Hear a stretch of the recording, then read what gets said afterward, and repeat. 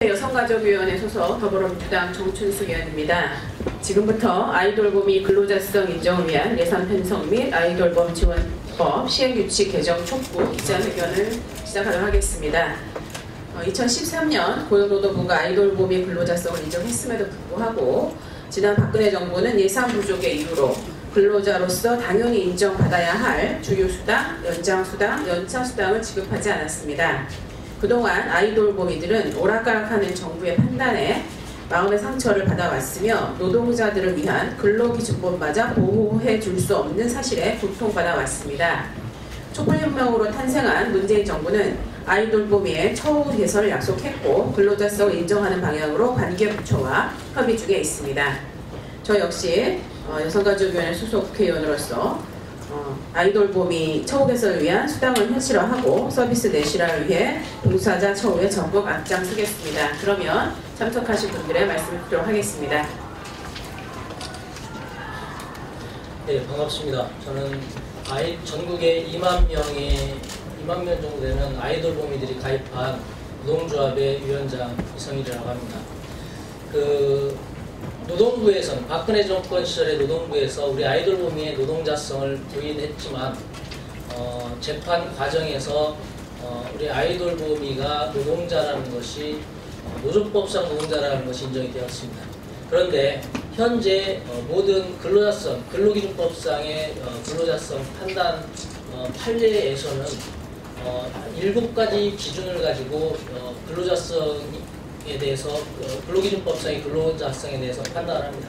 근데 우리 노조법상 우리 아이돌봄이에 대한 근로자성을 판단한 기준에 보면 이 근로기준법에서 제시하고 있는 7가지 기준은 다 충족하기 때문에 근로기준법상의 노동자로 볼 수밖에 없습니다. 그래서 저희는 박근혜 정부 시절에 잘못 끼워놓은 단축, 그리고 내년도 예산조차도 박근혜 정부에서 만든 것이다 보니까 근로기준법에 근거하지 않는 예산을 편성한 것입니다. 그래서 저는 이것이 박근혜 정부의 적폐라고 생각을 하고 이것을 문재인 정부에 맞게 예산이 주휴수당이나 근로기준법에 맞는 아이돌봄이 예산이 편성되었으면 하는 취지에서 기자회견을 하게 되었습니다.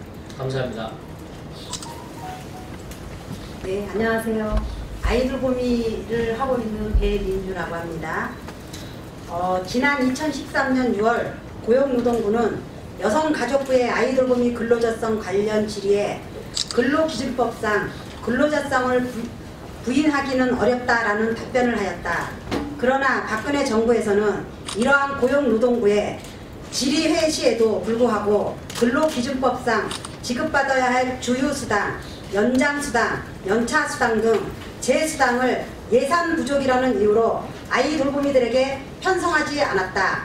뿐만 아니라 지난 박근혜 정부에서는 아이돌봄이들이 노동조합에 가입하여 교섭 요구를 하였으나 A건강가정지원센터는 교섭을 거부하였고 지방노동위원회, 중앙노동위원회 모두 부당노동 행위를 인정하였음에도 행정소송까지 불사하면서 노조법상 근로자성 인정을 하지 않으려 하였다. 당시 이러한 과정에 대해서 많은 아이돌봄이들은 A건강가정지원센터만의 결정으로 소송이 진행되고 있는지 강한 의구심이 들었던 것이 사실이다. 이렇게 예산 부족이라는 미명하에 아이돌봄이의 근로자성을 부정했던 박근혜 정부는 국민들의 촛불혁명으로 결국 탄핵되었으며 2017년 많은 국민들의 기대 속에 문재인 정부가 탄생하였다. 문재인 정부는 아이돌봄이의 처우 개선을 대선 공약으로 명시하였으며 신임 여성가족부 장관은 인사청문회 과정에서 아이돌봄이의 근로자성을 인정하는 방향으로 가야 한다는 것과 그에 따라 처우 개선 관련 예산 반영을 위해 관계부처와 합의하겠다는 입장을 밝혔다. 또한 A건강가정지원센터가 진행한 행정소송은 고등법원에서 마무리되었으며 고등법원의 판례에 사실상 근로기준법상 근로자성을 인정되었다고 봐도 무방할 정도였다.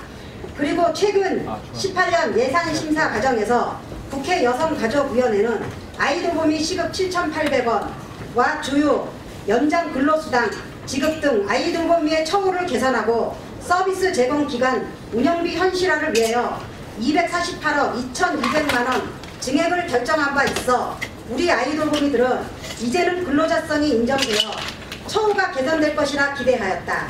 그런데 지난 11월 10일 국회 예산결산특별위원회 회의 과정에서 기획재정부 이 차관은 이러한 중개안에 대해 임금체불 민사소송 결과를 지켜봐야 한다는 입장을 밝혀 그러한 생각을 바꾸라는 질타를 받았으며 여성가족부 장관마저 기재부의 협조를 구하는 내용을 회의록에 고스란히 남겨 있어 수많은 아이돌봄이 가슴에 또 다른 상처를 남기고 말았습니다.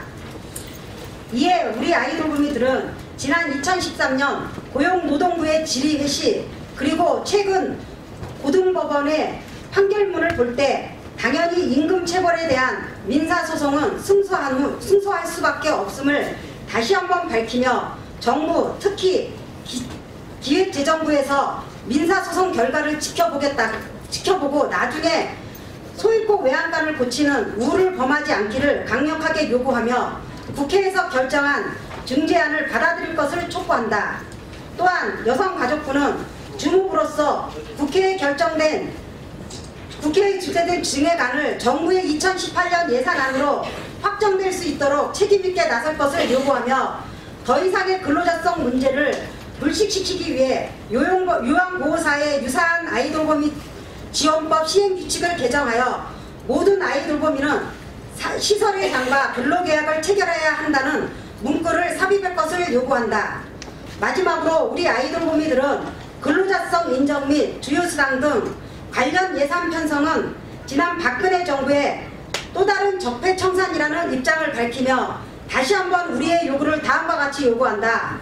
우리의 요구 하나, 정부는 아이돌봄이 근로자성 인정을 위한 주휴수당 등 관련 예산 편성을 하라. 하나, 여성가족부는 주무부로서 아이돌봄이 처우 개선 및 주휴수당 등 관련 예산이 정부 예산안으로 확정될 수 있도록 적극 나설 것을 촉구한다.